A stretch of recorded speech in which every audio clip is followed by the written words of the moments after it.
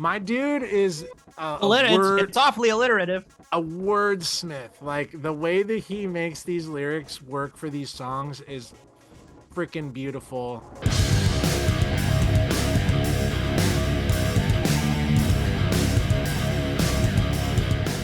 What's up? This is Valentino. And this is Aaron.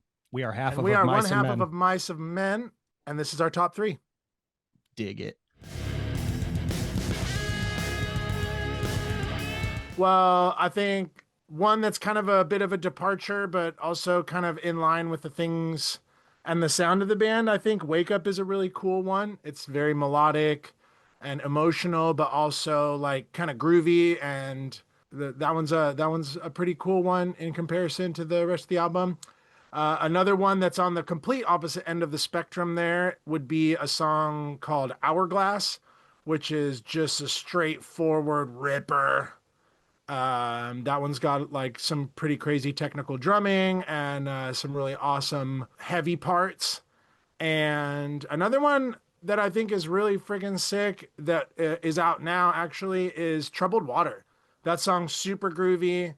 Anytime I play that song, we're gearing up for a tour right now, and anytime I play that song, it's got a groove to it. It's got an attitude that I think is really sick. That I don't think we've done a song that really like accomplishes that in a long time. It's been a while since we've had one that's just kind of got some attitude, got some aggression, and also there's a crazy 17 or 18 second scream that Aaron does that I think is just brutal and kick ass.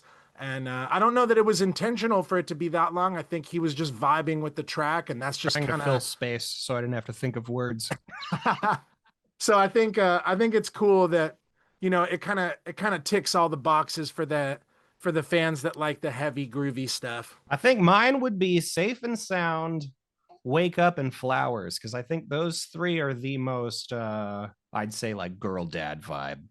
Like that's like the more tender, I think, the more tender side of the record, I think, which I think I relate to a little bit more in my day-to-day life than I do some of the more, I guess, like emotionally turbulent songs. You know what I mean? Because those you kind of, I guess I would relate to in the moment, and then they're sort of cathartic, if you think about music as therapy. But then if the other half of that is sort of like foundational purpose, I think, and I think I really relate to lyrically those songs a lot. So I'd probably pick those three. Oh, as he answers with his daughter on his Yeah. lap. I Yeah, love it so much. And dude. she can see Uncle Tino on the screen, and so she keeps talking to you. That's why Yeah. I've put it on mute, because she's looking at Uncle Tino and going, ah, Aww. no, but it's wonderful. And this is like this is real life. And so Yeah, like this is life now. the things that we sing about and write about are very, very real. Maynard James Keenan, Alanis Morissette, and I'm gonna need a second for that third. But I know for me, those are my definitive two. I'm just gonna go out and say it. I'd love to hear what we could come up with Jordan Fish. He's been working with a lot of bands. He's a longtime friend of ours. I'd love to see what we could create together in a room, and just kind of pick up the vibes. It would be even cool if we didn't create anything. He's a fun dude to hang out with, and we've always really got along with him. So I see his name come up in all these news blogs, working with all these bands, and I'm wondering where's the email at? You know what I'm saying? That'd be sick. Trent Reznor would also be sick. Similar vibe. Similar Reznor. vibe. Yeah. Someone that can just rip on the computer. You know what I mean? Also, we're all pretty new at that. I'd say Matt Mitchell from Pussifer. That would be a dope collab too. Ooh. He's got that similar vibe, but he's got all the vintage like Fairlight stuff and all that. Wonderful songwriter and producer. But what do you think, Mimi? Yeah. Yeah, that'd be a good one for sure. I agree. Yeah. She's like, I agree. She's like Freddie Mercury. Like, yeah, I concur.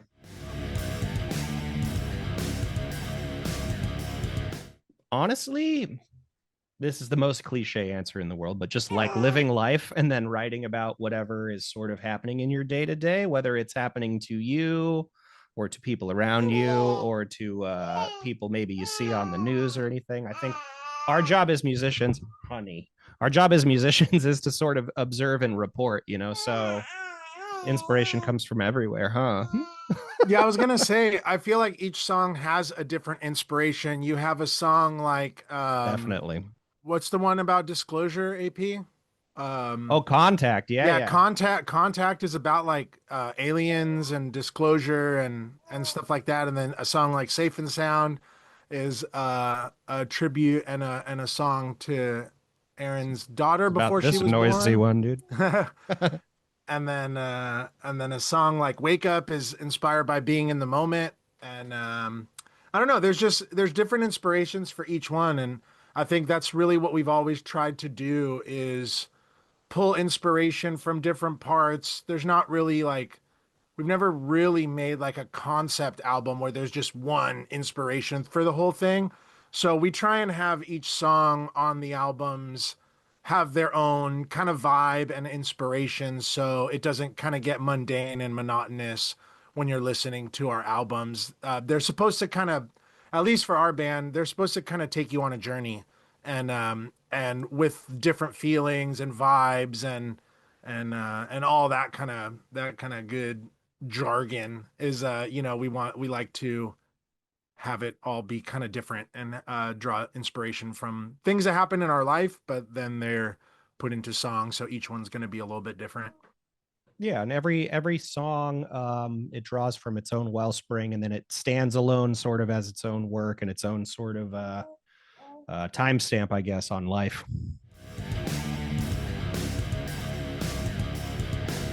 Bitcoin, Yeah, Bitcoin for the sure. internet, Yeah. and music streaming, maybe. But then again, I don't know. I think there's like some curses, involved with knowing the future. Um, it would inevitably be different. I think if you knew everything you wish you knew, you would wish you knew different things, if that makes sense. You must master your fear, or fear will be your master. You know what I mean? People don't plan to fail, they fail to plan. Right.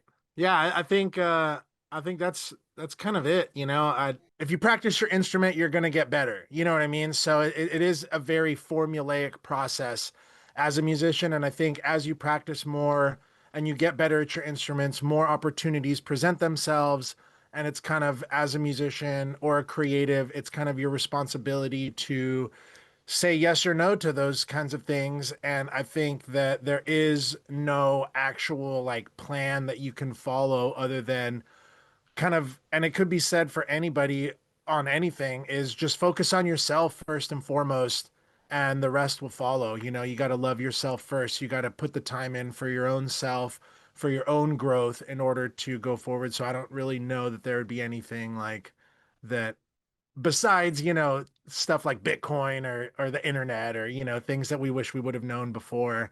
Winning um lottery numbers. yeah, totally. Three different Like sets of winning what's lottery that for numbers. Back to the Future? Yeah, Yeah. that's a kind of a cautionary tale of knowing too much, so I think it's good. I think, I guess maybe it would be more present, be in the here and now. We sing about that in the song Wake Up. And it's about, you want to be more present and focus on now. Don't worry about the past. Don't focus on the future. Just be present and enjoy the things for what they are in your immediate time. Yep. And even just having the ability to be aware. Let's say your circumstances are completely terrible and there is arguably nothing good happening in your life. The fact that you have been given a gift to be aware of your own awareness is like enough sometimes. Yeah, definitely. What are you saying? She's like, Yeah. I'm trying. She's like, you guys Awareness don't is not know. my. She's like, I just got back from there. I can tell you all the secrets of the universe. If Yeah, only I could communicate. Just imagine, like, when you're a little. Imagine when you're a little baby, you know everything because you were just an infinite soul and came down, but like you just cannot tell anybody. I wonder that all the time. that'd be so frustrating. Ooh, it always starts with the songs and the music. So hone your craft, if that means practicing or it means finding like-minded individuals to create music with, or just doing it yourself. It starts with the music. I'd say follow your heart and what excites you. Don't follow trends or what you think people will like, because the way it works is if you honestly express yourself, the people that speak similar artistic language as to what you've made will find you. Like you'll find your tribe, and your tribe will find you. You know, if you approach it with honesty. And then the third thing I would say is like watch your finances, like be involved. Yeah. Be as involved as like you absolutely can be. And for bands starting out, that's 100% involvement. But as you sort of scale up, like stay connected to all that. That'd Yeah. be my three. I would agree with those. And have fun, you know? Yeah, so four. You know what I mean? Yeah, it's really it's kind of all about fun, I think. And all of those things can follow suit, and that's from your uncles or your big brothers and of mice and men. But always remember to like try and have fun with all this, because you could be doing a million other things that instead of just making all these sacrifices for your life to do what it is that you love and try and shape a hobby into a career. And it is very difficult. And I will say the juice is 100% worth the squeeze, but there's a lot of squeezing. You know what I mean? And you got to be ready for that. And at the end of the day, if you're not having fun, then you should find something else that you can focus your energy on that is positive for your life. You know what I mean? Like it shouldn't be this big negative thing that looms over your head because you want to be famous or you want to get an album out or something like that. It's really not worth it. Like you just have to love it that much and have that much fun all the time. Absolutely. Because a lot of times that is the reward. Like there's a lot of times where it's like the satisfaction of knowing you set out on a creative endeavor and saw it through. Sometimes that is the only payment and reward. Yeah. Especially in this line of work, you know what I mean? So it's you really, really have to understand that like you are giving yourself to something that's never going to allow you to rest Yeah. if you truly want to be in it, you know. That's like six things. I don't know. Yeah, for Maybe sure. double it. Well, the thing is there's two of us, so That's true. that means that we each get three, so it ends up working out in that of mice and math. Absolutely. Of mice and math. My brain heard that as meth, and I was like, oh God. Yeah. Mine would be the line "Feed the Flowers." I think that encapsulates a lot, just about the I think purpose of why we do a lot of what we do. I think "wake up" as just those two words being their own sentence and sort of an imperative. Um, and then I know, sweetie. Probably safe and sound, because I mean, and I would say keep heading towards the glow, and I promise you'll be safe and sound. That was my wish for my daughter when she was making her way here, and here she is, just bombing the interview. You know, she's like, I have my three favorites too, because she heard all of it. You know, so during the making. I'm just scrolling through the lyrics here real quick. I think one of the most poignant is time will bury us, which is so true. I think the other that's from sorry, Hourglass. And I think one from Flowers is great. The water makes the garden grow. I think that's got a lot of really cool meanings. And then I think one of my favorite ones is from Contact, incantations in an ancient tongue, the lexicon seated somewhere inside bone and blood.